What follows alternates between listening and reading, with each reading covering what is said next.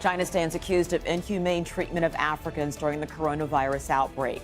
That includes forceful testing, quarantine, and evictions. So is this just another form of racism, or is Beijing just trying to curb the pandemic? This is Inside Story.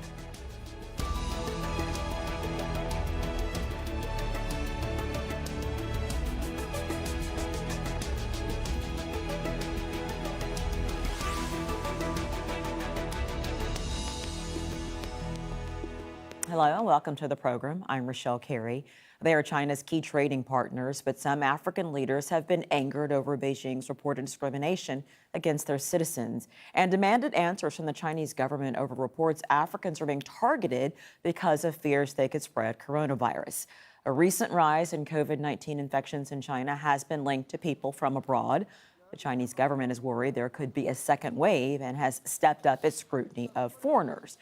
African students and expatriates have reportedly been evicted from their homes, tested for coronavirus several times, and are being shunned in public. The incidents have sparked a diplomatic row with the African Union, African governments, and the United States. And Chinese ambassadors have been summoned by African officials in different countries. In a rare open critique of Beijing, the Speaker of Nigeria's House of Representatives tweeted a video of himself pressing its envoy on the reported ill treatment of Africans. He was heard saying, "It's almost undiplomatic the way I'm talking, but it's because I'm upset about what's going on." The Speaker of the House asked the diplomats to explain scenes that have gone viral on social media platforms. The United States consulate in Guangzhou has advised African Americans to stop traveling to the city. In a statement, it said this: police ordered bars and restaurants not to serve clients who appear to be of African origin. Local officials launched a round of mandatory tests for COVID-19, followed by mandatory self-quarantine for anyone with African contacts, regardless of recent travel history. African Americans have also reported that some businesses and hotels refuse to do business with them. China says its policy towards Africa hasn't changed and denies discrimination against what it calls its African brothers. This is what the Chinese Foreign Ministry spokesperson had to say about accusations made by the U.S. Under the current situation where the international community urgently needs to work together and fight against the epidemic, it is irresponsible and immoral for the U.S. side to make those remarks and sow discord. We urge the U.S. to focus on containing the epidemic at home. Its attempt to drive a wedge between China and Africa's relationship will never succeed. In response to the recent African side's concerns regarding their citizens in Guangdong province, the Guangdong authorities have already conducted an investigation and taken a series of new measures. We believe that the issue will be properly solved through the joint efforts of China and Africa.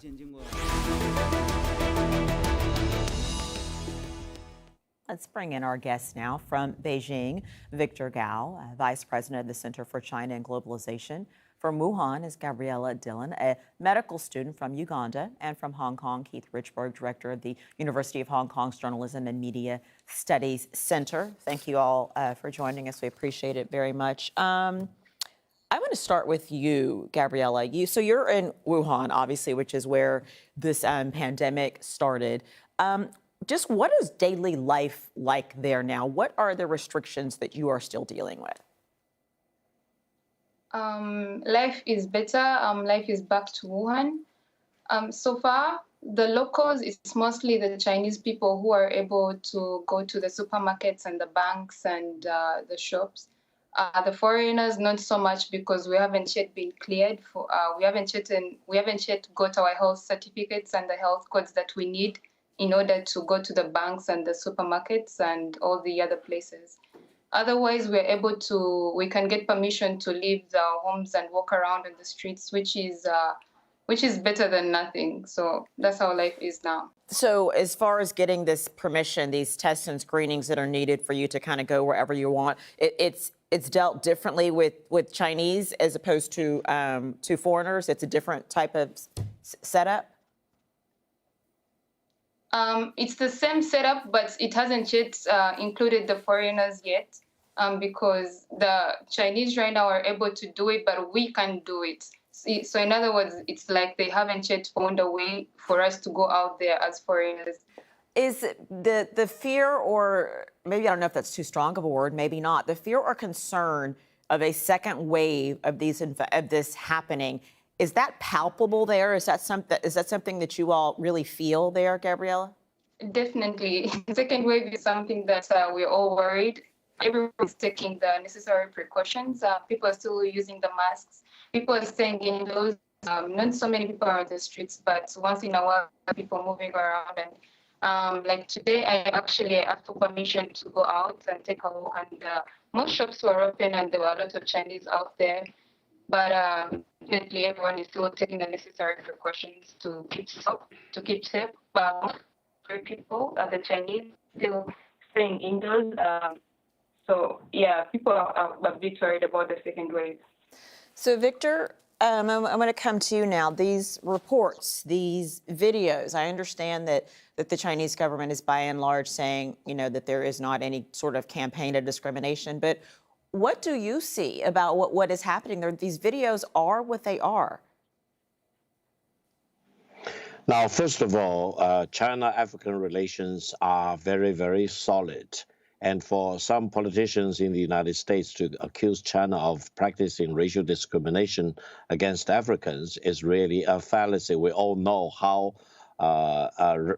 poorly and terribly have been the racial discriminations practiced by the United States against African Americans, and we call for a stop to such racial discrimination. Secondly, now in China, So we hold are on, still Victor, very much in the middle of the fight against Victor, one second. coronavirus. Victor, one moment before we get to point two, which I will let you get to. Let's go back to point one. Yes, there is racism in the United States. I am an African American. That is separate and apart from what I asked you about what is going on in China. That is exactly why I would say the U.S. politicians can do a better job in fighting to contain the spread of coronavirus in the United States, rather than, for example, falsely accusing China of practicing racial discrimination against Africans. Victor, we all treat African brothers and sisters as they are. We have high respect for the Africans. Victor, let me try again. By such false accusation. Victor, let me try again. I'm not talking about what's happening in the U.S. I am talking about what is happening in China.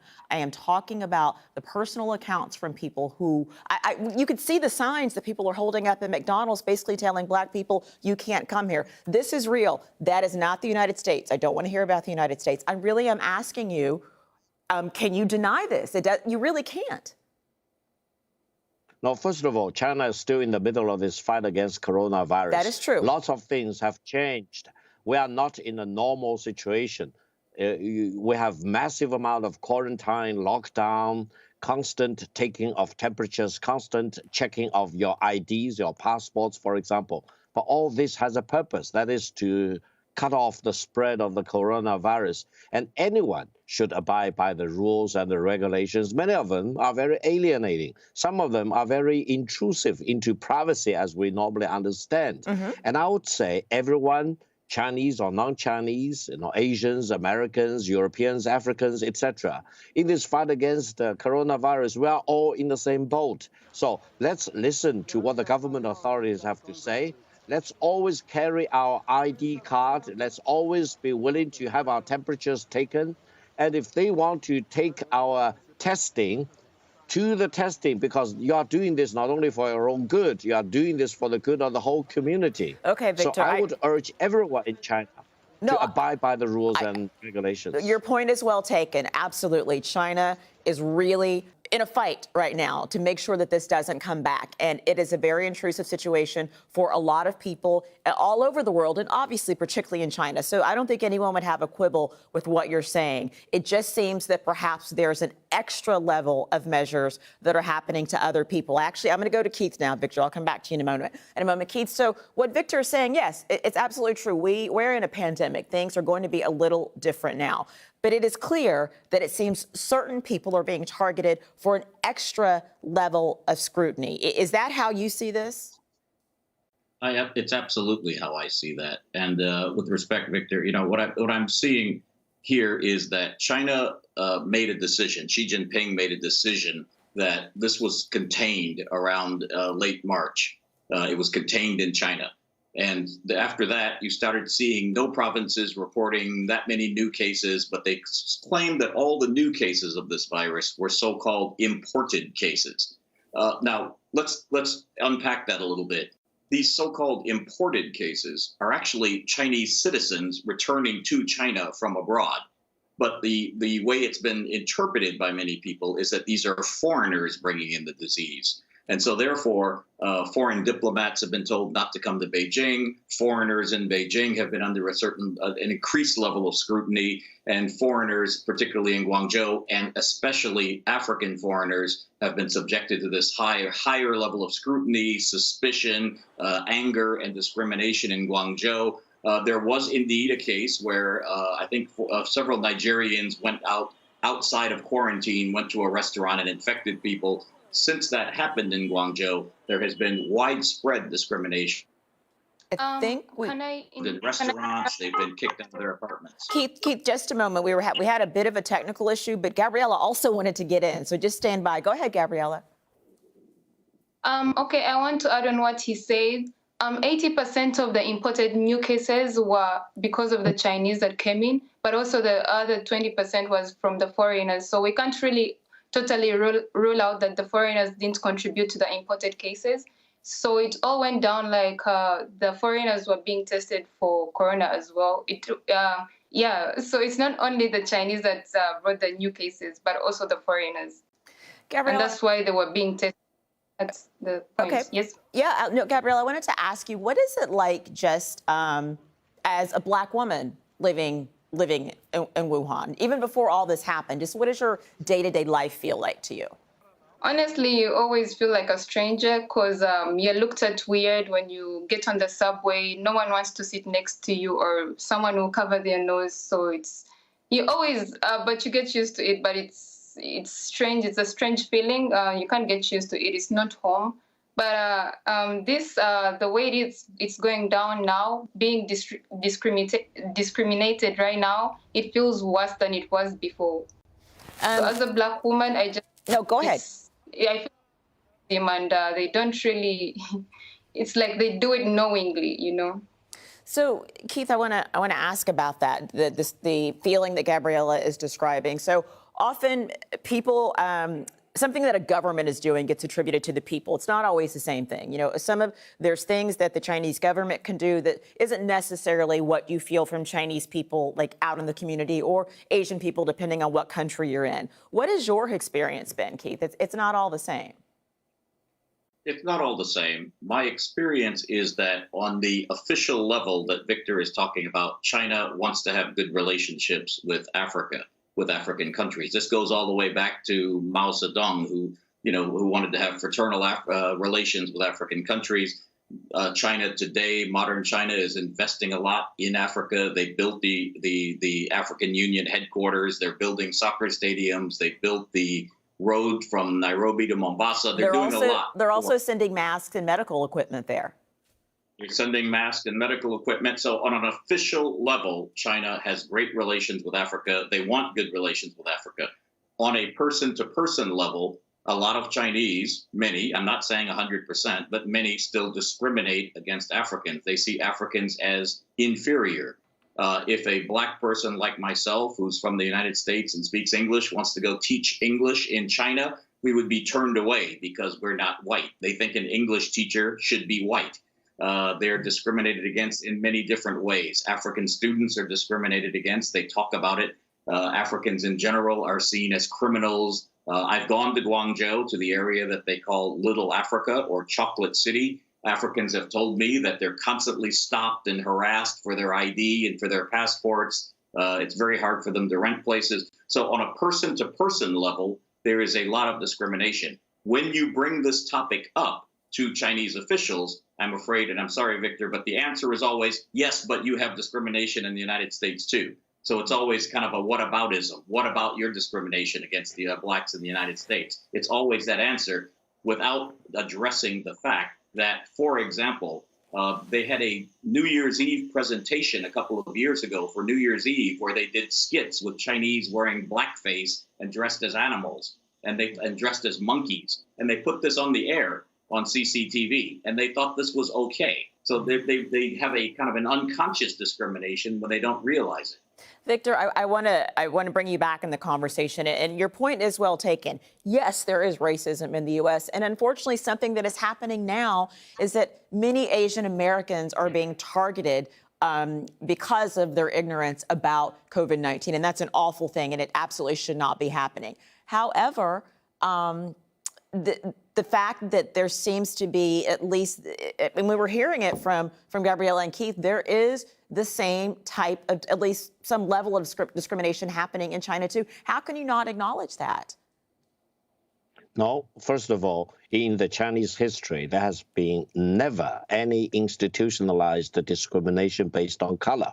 That's very, very important. And this sets China apart from many other countries which have institutionalized injustices based on color. Secondly, I disagree with the other panelists. I think China is a big country. We have 1.4 billion people. Of course, different people have different opinions, of course, but I think China as a whole condemns discrimination of all kinds, especially discrimination based on racial discrimination based on color. And in China, so let me ask, hold on. People around me, we do not distinguish people based on their color.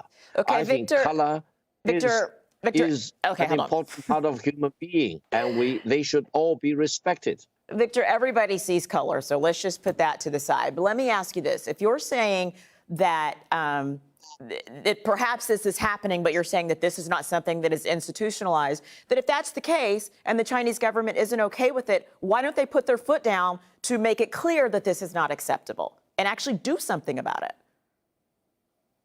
No, I think China is one of the best countries in the world in terms of respecting Africans, for example, or people of color from all parts of the world, both as a government, as a society at large, and on a person-to-person basis. I commingle with lots of Africans, actually, in Beijing.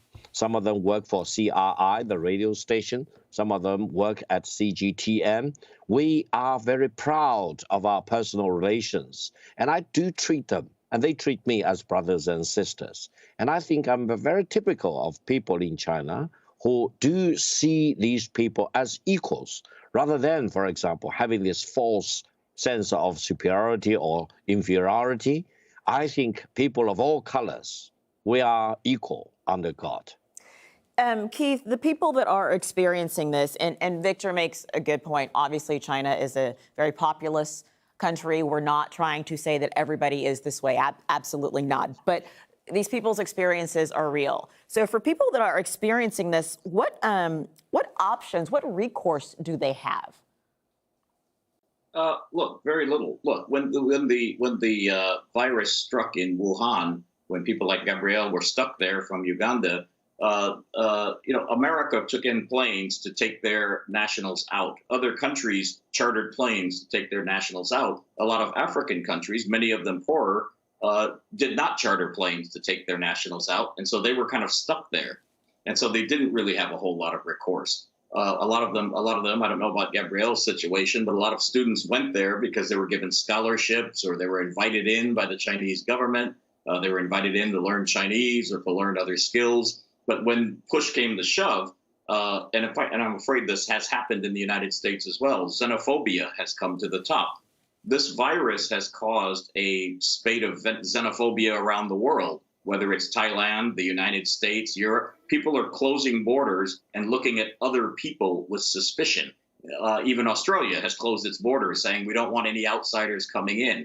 Chinese are reacting kind of the same way, except they've got this huge population of Africans living in Guangzhou who are now being looked at with suspicion. They're being looked at as virus carriers. They're being looked at as someone to be avoided because they might not be as clean. They might not be following the same rules as we are. And so they're someone to be avoided. And yes, that is happening in the United States against Asians, not only Chinese. All Asians are being discriminated against. Mm-hmm. But we're seeing xenophobia popping up everywhere, I'm afraid, because of this virus. Borders are closing.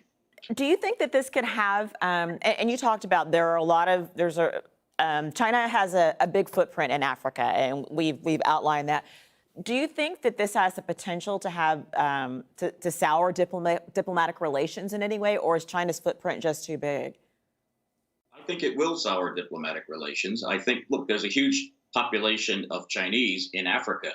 As this story gets out there and gets legs, seeing how Africans are being treated in China, you might see a backlash against many of those hundreds of thousands, if not millions, of Chinese living in Africa. There has already been a lot of backlash against Chinese in Africa. A lot of Africans are starting to say that China's big economic footprint in China is benefiting China more than it's benefiting Africa. A lot of countries are going into a lot of debt to pay for some of these big projects. The Mombasa to Nairobi Railroad, for example, could end up putting Kenya into a lot of debt that they can't afford. A lot of these countries are starting to say, hold on a second, we're not getting the jobs from these projects because they're employing Chinese to come over and do the job. So there's been a lot of criticism of China's footprint in Africa. And then when Africans start seeing how Africans are being treated in China, yes, you could have a very big backlash. This could set back China's Africa policy by many years. Victor, your thoughts on that? No, I don't think so. I think let's face the realities. We are all in this fight against coronavirus, and the coronavirus does not discriminate against races or countries or ethnicities.